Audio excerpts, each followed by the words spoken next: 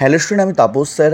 আজকের ভিডিওতে তোমাদের ক্লাস 11-এ সেকেন্ড সেমিস্টারের যে দ্বিতীয় অধ্যায় আছে, তো সেই দ্বিতীয় অধ্যায়ে তোমাদের সাজেশন নিয়ে চলে এসেছি, যেখানে মার্কস 3 এবং মার্কস 4-এর যে প্রশ্নগুলো অত্যন্ত গুরুত্বপূর্ণ, যেগুলো সাপোর্টিং এবং কোনগুলো এক্সট্রা, সবই কিন্তু এই ভিডিওতে আলোচনা করব। আর তোমাদের কিন্তু এই প্রথম অধ্যায়ের যে সাজেশন দিয়ে দিয়েছি তার লিঙ্কও এই ভিডিও ডেসক্রিপশন বক্সে তোমার দিয়ে দেবো, তোমার পারলে দেখে নিও।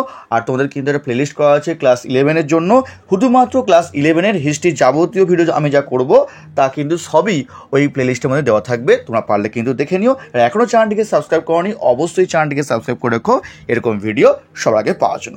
তো দেখো, তোমাদের প্রথমে আমরা জেনে নিই যে এই যে দ্বিতীয় অধ্যায়, এখান থেকে কত নম্বর পরীক্ষা আসবে। দেখো, তোমাদের এখান থেকে কিন্তু 10 নম্বর পরীক্ষা আসবে। সেখানে তোমাদের কিন্তু 3 নম্বরের 2টি প্রশ্ন করতে হবে এবং 4 নম্বরের 1টি প্রশ্ন করতে হবে। ঠিক আছে, কি বললাম? তো এখান থেকে টোটাল তোমরা কিন্তু 3 নম্বরের 2টি এবং 4 নম্বরের 1টি, অর্থাৎ 10 নম্বর তোমাদের কিন্তু এই দ্বিতীয় অধ্যায়ে তোমাদের কিন্তু প্রশ্ন আসবে। এবারে আসবো আমরা কোন প্রশ্নগুলো তোমাদের কিন্তু সবথেকে বেশি ইম্পর্টেন্ট, যেগুলো তোমরা একদম প্রথম থেকেই তোমরা কিন্তু তৈরি করে রাখবে। দেখো, আসবো প্রথম চয়েস, ফার্স্ট চয়েস প্রশ্ন, যেটি আমার মতে তোমাদের কিন্তু এবছর পরীক্ষার জন্য কিন্তু সবথেকে বেশি ইম্পর্টেন্ট। এমনকি তোমাদের যে মডেল সেট পেপার বা মডেল যে কোশ্চেন পেপার, সেখানেও কিন্তু এই একের দাগের প্রশ্নটি তোমাদের কিন্তু দেওয়া থাকবে, যে ইউরোপের ধর্ম সংস্কার আন্দোলনের কারণগুলি সম্পর্কে আলোচনা করো। এটি 4 মার্কসে আসতে পারে। এবং এখান থেকে আরেকটা প্রশ্ন আসতে পারে যে ধর্ম সংস্কার আন্দোলনে মার্টিন লুথারের অবদান আলোচনা করো।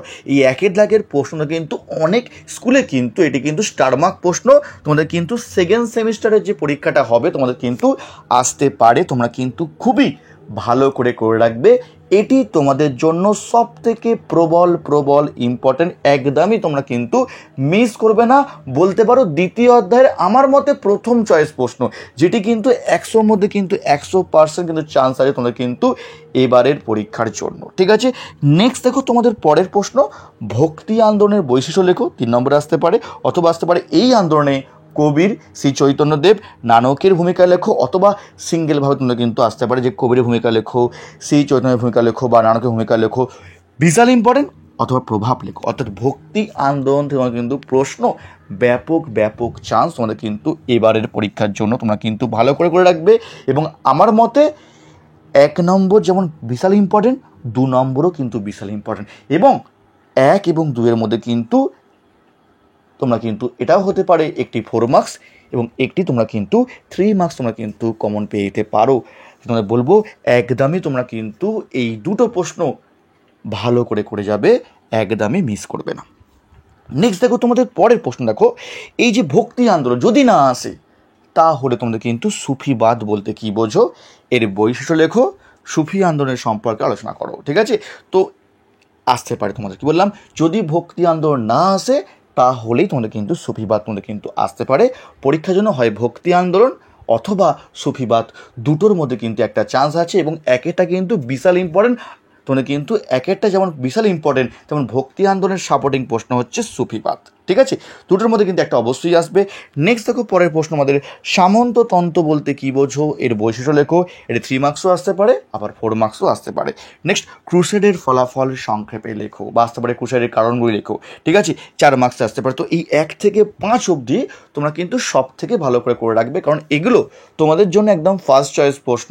এখান থেকে তোমরা কিন্তু হয়তো একটা 4 এবং 2টো 3 তোমরা কমন পেয়ে যেতে পারো।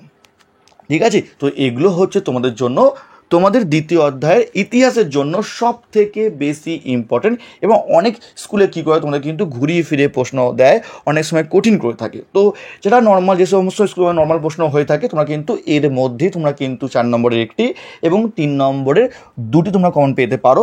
কিন্তু যাদের স্কুলে হয়তো একটু ঘুরিয়ে প্রশ্ন দেয়, একটু কঠিন প্রশ্ন দেয়, তাদের জন্য কিন্তু অবশ্যই সাপোর্টিং কিন্তু করতেই হবে। না হলে কিন্তু প্রশ্ন কঠিন হলে তোমরা কিন্তু হয়তো তোমাদের কিন্তু একটা 3 নম্বর তোমাদের হয়তো মিস হলেও তোমাদের কিন্তু হয়ে যেতে পারে। তাই আমরা কি করব, যেহেতু আমাদের সময় অনেকটা আছে, তাই তোমরা কিন্তু অবশ্যই এখন থেকে তোমরা কিন্তু আদার্স যে সাপোর্টিং প্রশ্নগুলো আছে সেগুলো তোমরা কিন্তু দেখে যাবে বা করে যাবে। দেখো, সাপোর্টিং প্রশ্ন দেখো, তোমাদের ধর্ম সংস্কার আন্দোলনে জন ক্যালভিনের ভূমিকা লেখো। এটা কখনই আসবে, যখন মার্টিন লুথার আসবে না তখন তোমাদের কিন্তু এই জন ক্যালভিন তোমরা কিন্তু আসতে পারে। তখন আসতে পারে লিওনার্দো দা ভিঞ্চি সম্পর্কে টিকা লেখো, অথবা তোমরা কিন্তু এর করে রাখবে, তো পারলে তোমরা গ্যালিলিও তোমরা কিন্তু করে রাখবে 4 মার্কসের জন্য ইম্পর্টেন্ট হিসাবে। ঠিক আছে, কাকে কেন ধর্ম সংস্কার আন্দোলনের সুক্তরা বলা হয়, এটাও তোমাদের সাপোর্টিং প্রশ্ন। নেক্সট, রেনেসাঁসের বৈশিষ্ট্য লেখো, বা মানবতাবাদ কি, মানবতাবাদের বৈশিষ্ট্য লেখো। তো এগুলো হচ্ছে তোমাদের জন্য সাপোর্টিং প্রশ্ন। আগে 1 থেকে 5 ভালো করে করার পর তারপর সাপোর্টিং করে যাবে। তো এগুলো করে যাওয়ার পর তোমরা কিন্তু এখান থেকে তোমরা কিন্তু 4 নম্বরের একটি এবং সাপোর্টিং করে তোমরা কিন্তু 3 নম্বর 2 তোমার কমন পেয়ে যাবে। এবং যাদের স্কুলে অনেক কঠিন প্রশ্ন হয়ে থাকে, মানে একদম খুঁটিয়ে সেরা প্রশ্ন করে থাকে, তাদের জন্য বলবো আমি কিছু অন্তত এক্সট্রা করে যেও এগুলো ভালো করে করার পর, যাতে তোমরা অন্তত পরীক্ষা লিখে আসতে পারো। কেন ইতালিতে প্রথম রেনেসাঁস হয়েছিল 4 মার্কসের প্রশ্ন, তাওবাদ বা কনফুসীয়বাদ কি, এদের মধ্যে তুলনা করো, অথবা তোমরা করে রাখবে ক্রুসেডের কারণগুলি লেখো বা বিবরণ দাও। তো এগুলো জাস্ট করে রাখবে, বা রেনেসাঁসের প্রভাব যেটা আছে এক্সট্রা তোমরা করে রাখবে। যাদের প্রশ্ন একদমই খুব কঠিন হয়ে থাকে, খুঁটিয়ে প্রশ্ন দেয়, তারা কিন্তু অবশ্যই তোমরা কিন্তু এগুলো জাস্ট তোমরা কিন্তু দেখে যাবে। ঠিক আছে, তো এই ছিল তোমাদের হিস্ট্রির 2য় অধ্যায়ের ইম্পর্টেন্ট, সাপোর্টিং এবং এক্সট্রা যে প্রশ্নগুলি ছিল তোমাদের দিয়ে দিলাম। যারা এখনও চ্যানেলটিকে সাবস্ক্রাইব করোনি, অবশ্যই চ্যানেলটিকে সাবস্ক্রাইব করে রেখো এরকম ভিডিও সবার আগে পাওয়ার জন্য। ঠিক আছে, তো আজকের মতো এটুকুই। সবাই ভালো থেকো।